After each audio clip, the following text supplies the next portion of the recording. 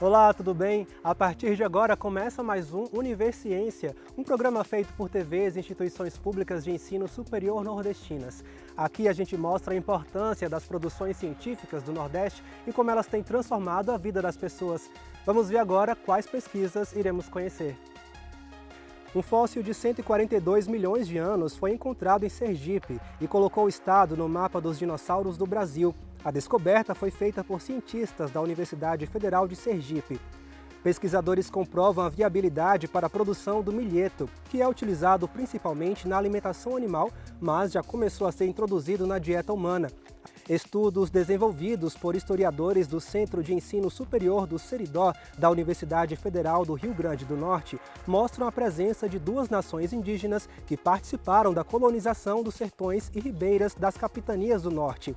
E ainda, pesquisadores da Universidade Federal da Bahia realizaram uma análise retrospectiva sobre os indivíduos que testaram positivo para a Covid-19 no município de Vitória da Conquista, no interior da Bahia. Tudo isso você confere a partir de agora no Universiência.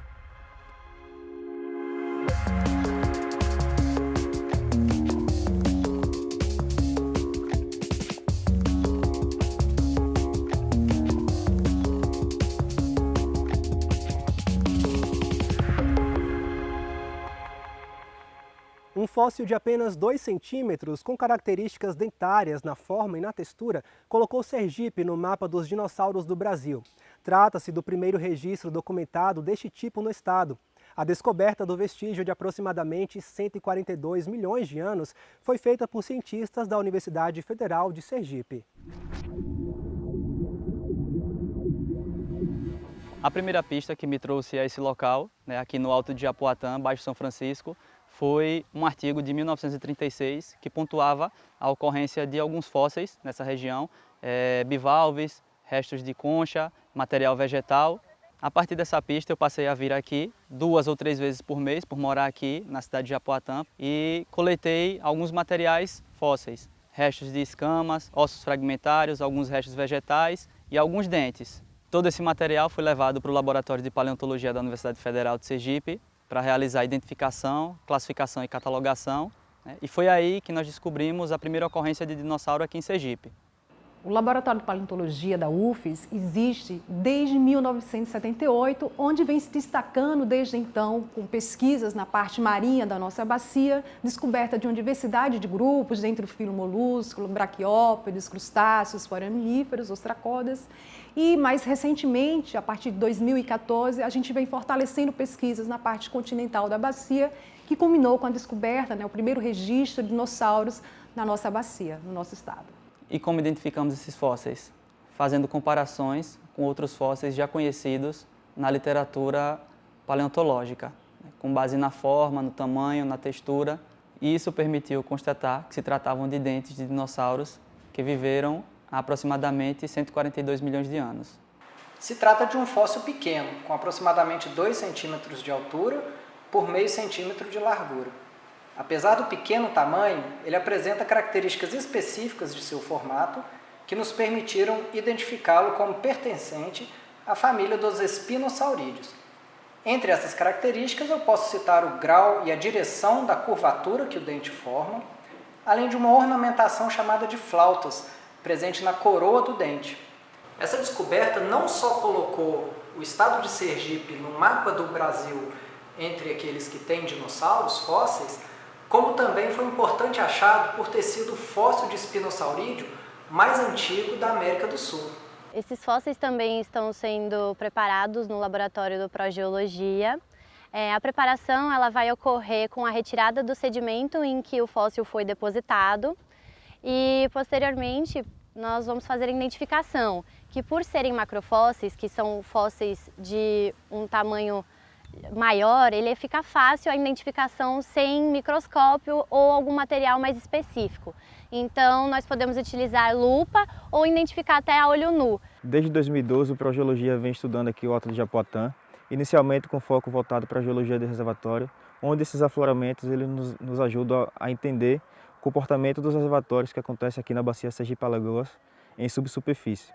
A partir dessas novas descobertas fósseis, isso potencializa a abertura de novas linhas de pesquisa para o laboratório, uma vez que essas descobertas são peças de um quebra-cabeça que ajudam a remontar a paleogeografia de épocas longínquas aqui dessa região.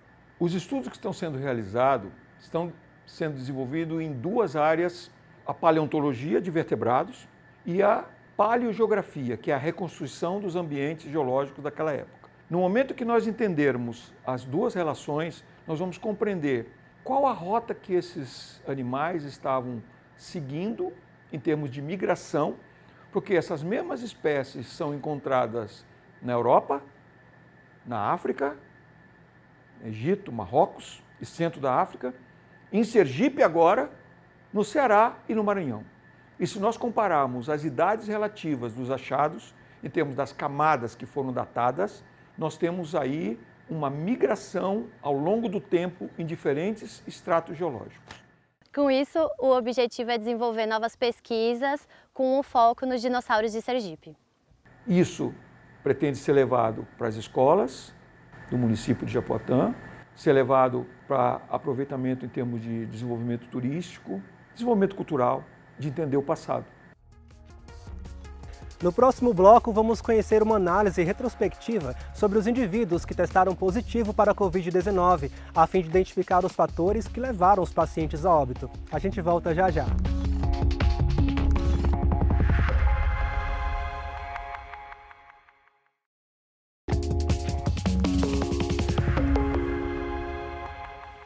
Estudos sobre a conquista e a colonização dos sertões e ribeiras das capitanias do norte do Brasil evidenciam a presença de duas importantes nações indígenas. Apesar de terem dominado consideráveis porções territoriais, ainda há pouco conhecimento acerca das etnias que as integravam e os espaços em que habitaram. Sobre esse assunto, vamos conhecer um pouco mais com os historiadores do Centro de Ensino Superior do Seridó, o SERES, da Universidade Federal do Rio Grande do Norte.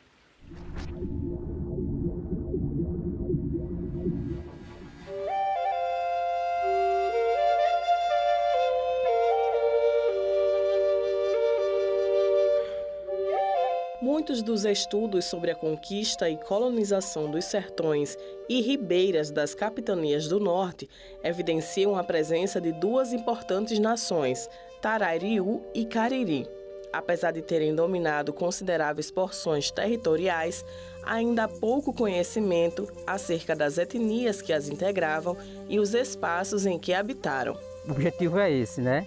Compreender, melhor a ação dos Tarariú nesses sertões e também ver também se os Cariri também atuaram aqui. Você tem que lançar mão de várias tipologias de fontes. Eu vou elencar três, que eu estou trabalhando metodologicamente. Primeira são as cartografias coloniais, os mapas, que trazem, ou seja, embora digamos assim, não muito preciso, as localizações não muito precisas, as localizações desses nativos. Essa é a primeira fonte. Cartografia nos mapas mais antigos possíveis.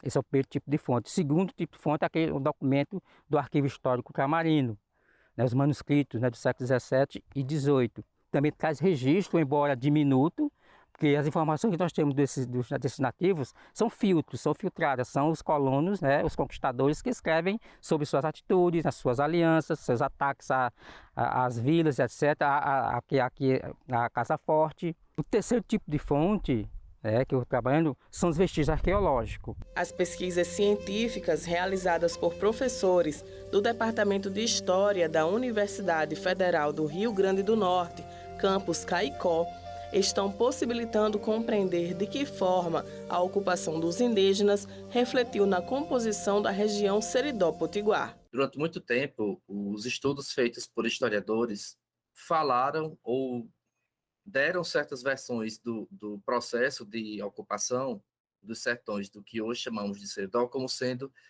quase que exclusivamente pautados na presença de pessoas brancas, ou portuguesas, ou filhas de pessoas de Portugal. Entre os anos 1990 e 2000, nós temos uma mudança na produção do conhecimento histórico feita no âmbito do Rio Grande do Norte. A população indígena, embora tenha sido, uma grande parte dela, alvo de uma política genocida do Estado português, da coroa portuguesa, durante a Guerra dos Bárbaros, uma outra parcela dessa população também sobreviveu. os documentos da Paróquia de Santana de Caicó, bem como os documentos da Justiça Pública do Seridó, demonstram que diversas pessoas que foram chamadas de os homens de índios, genericamente, e as mulheres de índias, ou alguns chamados de nação tapuia, entre aspas, estiveram presentes no processo de ocupação e de colonização do Seridó. Sendo algumas dessas pessoas moradores e moradoras agregados às fazendas de criação de gado, outras pessoas, dentre esses indígenas, conseguiram atuar junto à própria máquina burocrática que foi se desenhando. Pelas informações que a gente vem rastreando, muito provavelmente deveriam viver e conviver junto com a população de pessoas escravizadas. Então, para chegar ao ponto de que as pesquisas têm demonstrado, evidentemente, que houve sim uma presença, uma sobrevivência da população indígena, em termos de minuta, mas houve essa sobrevivência e, em grande parte, muitos dos filhos, pelo que eu venho conseguindo rastrear nas pesquisas mais recentes, muitos dos filhos dos índios e de índias, a Igreja Católica não denominou mais de índios, mas sim de pardos e pardas, colocando para a gente um novo desafio, que é rastrear os descendentes desses indígenas, né, e tentar verificar como os descendentes deles, nos dias atuais, conseguem, através dessa pesquisa histórica, da montagem das árvores genealógicas, reconhecer-se enquanto descendentes de um índio, né, embora seus ancestrais tenham sido chamados de pardos ou pardas. A Guerra dos Bárbaros, como é chamado esse movimento de resistência indígena à interiorização, ela vai se iniciar na Bahia, exatamente com um levante das populações Cariri. Então, nos documentos, em alguns momentos, esse levante dos indígenas vão ser chamados de Confederação dos Cariri, como se os índios tivessem se unido e essa união se desse a partir de uma liderança cariri. Só que nem houve uma união, não houve uma coalizão de grupos indígenas diferentes lutando contra o inimigo comum, e não foram só os cariri.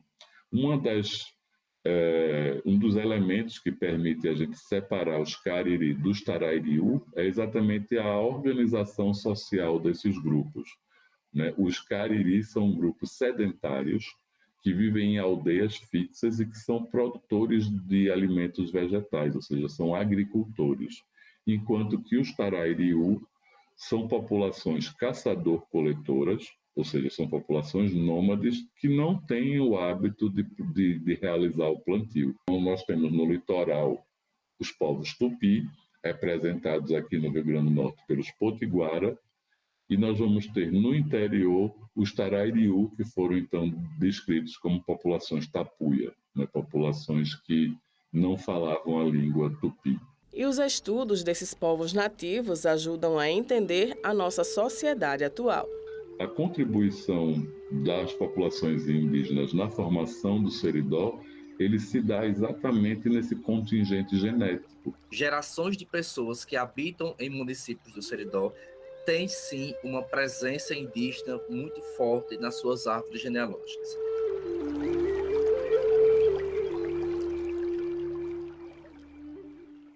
Pesquisadores da Universidade Federal da Bahia, Campus Anísio Teixeira, em Vitória da Conquista, realizaram uma análise retrospectiva sobre os indivíduos que testaram positivo para a Covid-19 na cidade. A proposta era identificar os fatores que levaram os pacientes a óbito. As pesquisas mostraram que grande parte das mortes foi de pessoas do sexo masculino, com carga viral mais alta e comorbidades. Conheça agora essa pesquisa. O nosso trabalho foi uma análise retrospectiva dos pacientes positivos para a Covid em Vitória da Conquista. Então, basicamente, o que aconteceu? A partir do momento que a gente teve a pandemia estabelecida aqui no nosso município, a UFBA ela fez uma colaboração com a Prefeitura e com a CEM Municipal, onde a gente fez uma colaboração para fazer o diagnóstico molecular. E aí, dentro dessas amostras do diagnóstico molecular, a gente traçou um perfil dessa população que foi positiva para a Covid do período de 2020 até o final de 2021. Então foram mais ou menos 783 pacientes que foram analisados. Cerca desses pacientes, cerca de 40% foram a óbito. A grande maioria foram de pacientes que tinham sintomas mais graves, de moderado a mais grave, cerca de 450 pacientes, e os outros pacientes eram pacientes ou assintomáticos, cerca de 50% a 60% dessa população, e também pacientes que tiveram sintomas leves. Então, o que a gente fez? A gente fez um perfil dessa população epidemiológico e tentou relacionar quais foram os principais fatores que levaram à morte desses pacientes. O mais importante é a gente conhecer o perfil da população de Conquista, porque quando a gente pega os grandes estudos, a maioria dos grandes estudos são feitos com capitais. Então você tem em São Paulo, você tem em Salvador, Belo Horizonte, Rio de Janeiro. Agora, uma cidade que tem de médio a grande porte no interior da Bahia, a gente não tem esse dado. Então a gente conseguiu compilar todos esses dados e ter um panorama do que aconteceu no boom da nossa pandemia aqui na nossa cidade. Então a gente analisou que principalmente homens, principalmente indivíduos que tinham comorbidades como diabetes, como tinham hipertensão, e principalmente pessoas que tinham carga viral alta. Então, quando a gente faz o diagnóstico molecular, a gente consegue saber quanto de vírus que tem. Então, aqueles indivíduos que tinham uma carga bastante alta foram indivíduos que tiveram uma pretensão à morte. Além disso, como a gente tinha as amostras, a gente quis traçar um perfil genético da parte da inflamação. E aí a gente comparou esses grupos com diferentes perfis da infecção e principalmente comparando com o perfil que foi a morte. E a gente viu que esse grupo que foi a morte, ele também tinha uma outra coisa, que era a questão da inflamação. A inflamação dele estava muito aguda, e aí esse também foi um outro propósito que pode ter levado a esse perfil de morte desse paciente. E a última coisa que a gente fez foi justamente traçar quais eram as variantes que estavam circulando no município. E a gente fez então um sequenciamento genético aqui, o pessoal da Fiocruz veio para cá para treinar a gente. E aí a gente fez o sequenciamento dessas amostras e a gente conseguiu perceber que basicamente Conquista é um reflexo do restante do país. Então, no momento que entrava uma variante no Brasil, que tinha a notícia da variante, cerca de quase que 2 semanas depois a gente também já estava detectando essa variante. E provavelmente porque a Vitória da Conquista, por ter o aeroporto, por ter transporte rodoviário muito próximo, é uma cidade de passagem, isso pode ter facilitado, então, com que essa transmissão globalizada, o que a gente via no mundo, via no Brasil, via em Conquista também, estava acontecendo. A partir do momento que você sabe qual é o perfil, você já começa a tomar medidas preventivas para você tratar aquele grupo como um grupo especial. Não especial, mas um grupo que precisa de atenção maior. Então, sempre que tem uma infecção, por exemplo, no Zika a gente já tinha atenção com as grávidas, aqui na Covid a gente tinha atenção principalmente aos idosos, ao pessoal que tinha comorbidade. Então, esse perfil sempre é importante para a gente entender qual é o grupo que é mais afetado. A epidemia foi algo muito complexo para a gente, principalmente para a ciência. A gente teve que se readaptar a muita coisa. Então, por exemplo, aqui no Instituto a gente trabalhava com outras infecções, mas não trabalhava com Covid. A gente teve que reaprender a trabalhar com isso, e aprender a trabalhar com sequenciamento, a trabalhar com várias outras técnicas, e isso já serve de suporte para uma próxima, que não aconteça uma próxima pandemia ou algum surto que a gente consiga mapear. Inclusive, fruto deste trabalho, a gente já está aplicando essa mesma tecnologia dentro do nosso grupo de pesquisa para outros vírus. Então, para dengue no nosso município, para Zika, uma professora do nosso grupo que trabalha com HTLV, e o mesmo modelo que a gente fez em Vitória da Conquista, a gente está replicando para Salvador. Então, o pessoal de Salvador tem mandado amostras para a gente fazer o sequenciamento para eles. Nesse trabalho, que foi publicado, tem quase 30 pesquisadores envolvidos, desde uma grande parte daqui da UFBA, que alunos de pós-graduação, principalmente, professores, mas a gente tem a parceria da Fiocruz, do pessoal da USP, da Unesp, do município, da prefeitura, né? Eles entraram como pesquisadores também, e o pessoal do ACEM Municipal também. Ele foi publicado na Viruses, que é uma revista de alto impacto na área de virologia.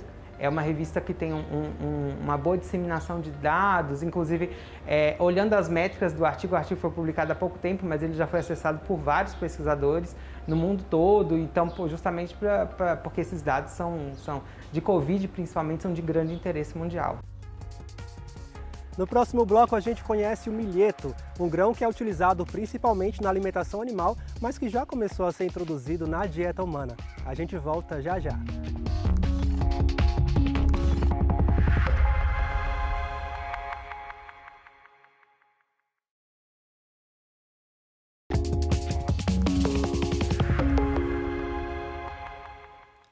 Na Universidade Federal Rural do Semiárido, em Mossoró, no Rio Grande do Norte, pesquisadores comprovam a viabilidade para a produção do milheto. A cultura, que ainda é pouco conhecida na região Nordeste, apresentou grande potencial produtivo.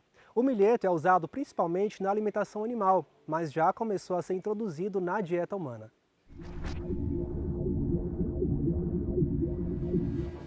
É nessa área, no campus do IFRN de Apodi, que pesquisadores da UFES estão analisando o potencial do milheto no semiárido.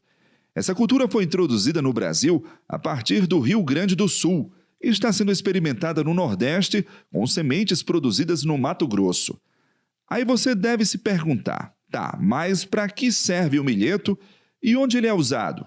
Uma é a produção da própria massa, né, para fazer silagem, ou fazer pastagem direto para os animais comer diretamente, pastar diretamente no campo, ou para a produção de grãos. Porque, inclusive, o grão do milheto ele é um grão com melhor qualidade do que o próprio grão de sorgo e de milho. Foi com esse potencial que o estudante de doutorado da UFES, Flávio Sarmento, iniciou suas pesquisas com o milheto. Ele conta que o objetivo do experimento é verificar a marcha de absorção de nutrientes da cultura em épocas diferentes do ano no semiárido. Em 2022, o pesquisador analisou o desenvolvimento do milheto dos tipos forrageiro e granífero na época da seca no sertão. E os resultados foram bem interessantes. A gente obteve uma produtividade potencial para o milheto forrageiro, a variedade ANM07, uma produtividade potencial de 70,48 toneladas de matéria verde por hectare. Já para o milheto granífero, que cultivar a ANM05, a gente obteve uma produtividade potencial de 6 toneladas por hectare de grãos. Isso é um excelente resultado. Segundo o pesquisador, a marcha da absorção dos nutrientes vai orientando as quantidades de adubação e fertirrigação na lavoura. Com os resultados do período da estiagem, o foco agora é ver como se comporta o desenvolvimento do milheto na época de chuva no semiárido. Espera que para o período de chuvas seja uma cultura muito interessante, porque ela tem um ciclo ainda mais curto do que o sorgo, e ela tem tolerância a estresse hídrico semelhante. Então significa dizer o quê? Que períodos chuvosos com 400, 500 milímetros, com certeza vai ser possível já produzir forragem a partir do milheto. De forma prática, essa pesquisa pretende apresentar alternativas viáveis para o alimento do rebanho na região. Em termos de produtividade de matéria verde para a alimentação animal, e também uma alternativa extremamente interessante para a produção de grãos, né, que na região de Apodi também já são utilizados para alimentação animal, como, por exemplo, a alimentação de pássaros, e também esse milheto na região de Apodi, na região da Chapada do Apodi, tem sido utilizado para a produção de cerveja, né. Para Francis Mar, que acompanha o trabalho do aluno do doutorado, o milheto tem um potencial econômico melhor se comparado à cultura do sorgo, por exemplo, que já é bem conhecido na região. Devido às suas qualidades nutricionais, ela tem potencial de ter um valor agregado, inclusive, bem maior. As pesquisas devem trazer novos resultados nos próximos meses, para mostrar, quem sabe, que a cerveja pode ganhar um sabor a mais a partir do milheto produzido na nossa terra. O Universiência de hoje fica por aqui. No próximo programa, traremos mais pesquisas inovadoras para que você possa conhecer o que tem sido produzido nas instituições públicas de ensino superior nordestinas. Caso tenha alguma dúvida, envie um e-mail para universiencia@uesb.edu.br que a gente te responde em um próximo programa. Obrigado pela companhia e até mais.